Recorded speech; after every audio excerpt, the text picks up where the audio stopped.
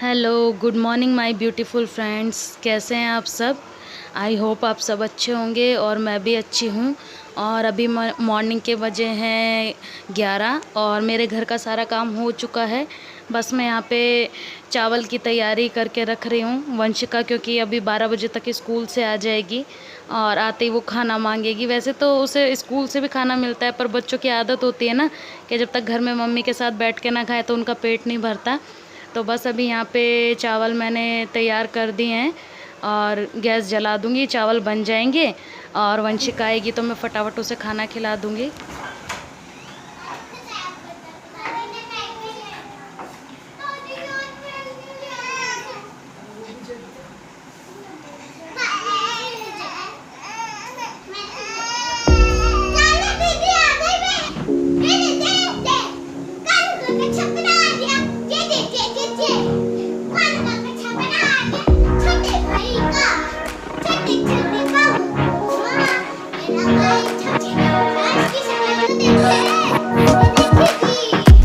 और यहाँ शुरू हो गई वंशिका की मस्ती। देखो, स्कूल से आते ही यूनिफॉर्म भी चेंज नहीं की और ये शुरू हो गई। अब देखना इसकी हरकतें, इसे कैसे उठा उठा के पटकेगी कानू को।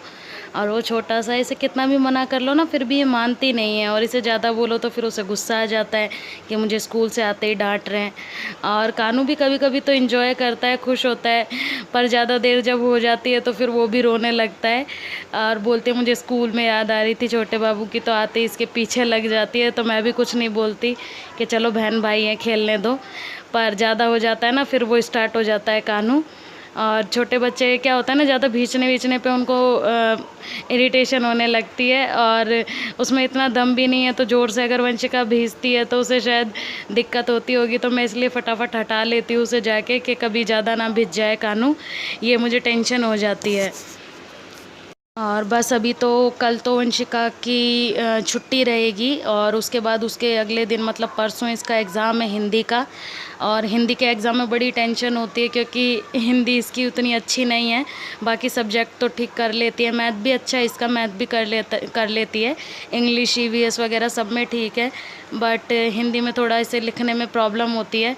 तो बस फिर उसकी तैयारी मैं कराऊंगी इन्हें खिलाने पिलाने के बाद आराम से।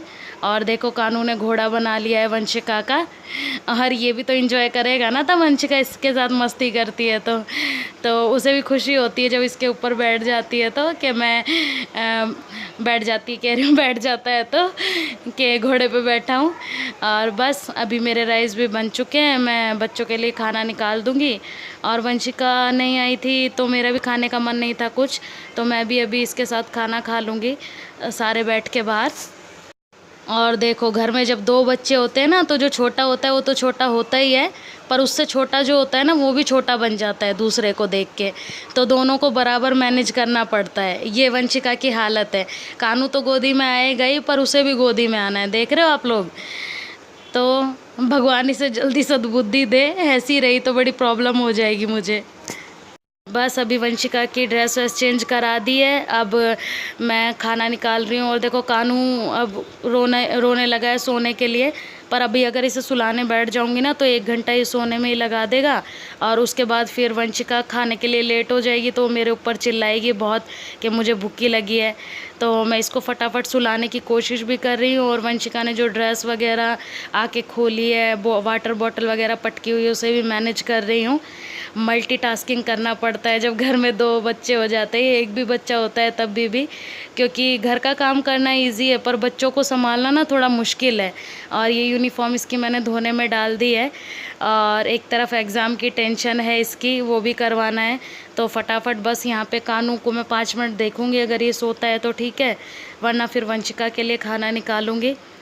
और बस अभी कानू नहीं सो रहा है तो इसे खींच खांच के मैनेज करना पड़ेगा, ऐसे तो ये सोने वाला है नहीं। तो मैं टेबल साइड करके इसके झूले को खसका उसका के किचन विचन के साइड ले जाऊंगी तो चुप रहेगा ये, और मैं खाना निकाल लूँगी। और मैं खाना ले आई हूँ, और आपको पता है मेरे घर में सब्ज़ी शाम को ही बनती है, रात को मतलब डिनर के टाइम पे, क्योंकि सुबह वंशिका को भी स्कूल में खाना खाना होता है और इसके पापा भी लंच लेके नहीं जाते हैं, बोलते हैं अभी बच्चा छोटा है तो इतनी मॉर्निंग में उठ के क्या लगोगे, तो कैंटीन में खा लेते हैं, और कैंटीन में अच्छा खाना मिलता है।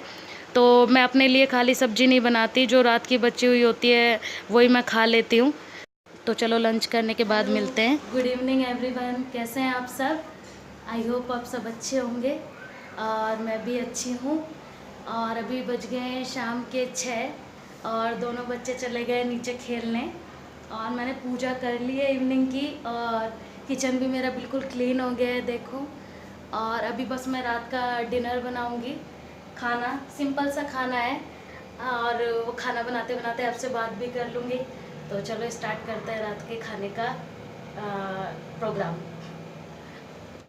और अब मैं आ गई हूँ किचन में रात का खाना बनाने।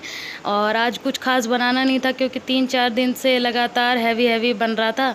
तो आज मैं ये आलू सोयाबीन की सब्ज़ी बना लूँगी। और जब मुझे कोई सब्ज़ी समझ में नहीं आती है तब मैं आलू सोयाबीन ही बना देती हूँ, क्योंकि खा भी लेते हैं सब और वंशिका को भी पसंद है।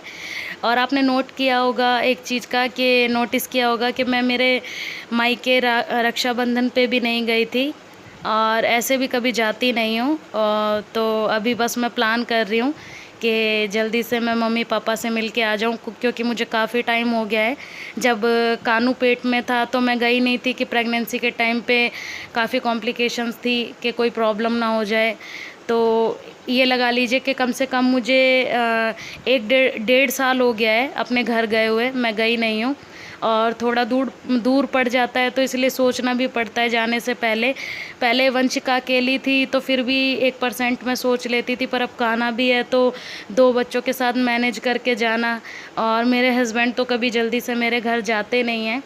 और हकीकत में ना शादी के बाद यही होता है, एक लेडीज़ जेंट्स के घर को अपना घर समझ लेती है पूरे तरीके से और ज़िंदगी भर वहाँ बिता भी लेती है बच्चों के साथ।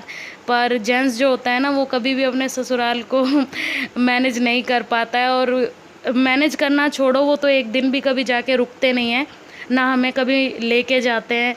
हाँ ये होता है कि आधे रास्ते से छोड़ के आ जाएंगे या जहाँ से बस मिलती है गांव के बाहर से वहाँ पे आ जाएंगे, वहाँ से पिकअप कर लेंगे, पर घर कभी जाके रुकते ही नहीं हैं, शुरू से यही है। हो गया है मेरा शाम का सारा काम।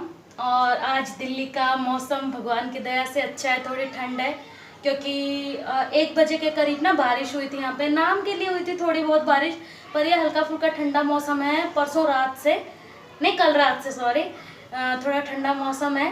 और भगवान करे अब ठंडा ही मौसम रहे, क्योंकि सितंबर तो आएगा और मेरी तो हालत गंभीर है बहुत। तो चलो मेरा काम हो गया है, सब्जी बन गई है, बस मैं जब मेरे हस्बैंड आ जाएंगे तो रोटियां बना दूंगी। और वीडियो पसंद आए तो लाइक कीजिए, चैनल को सब्सक्राइब कीजिए। मिलते हैं कल के ब्लॉग में, तब तक के लिए बाय बाय।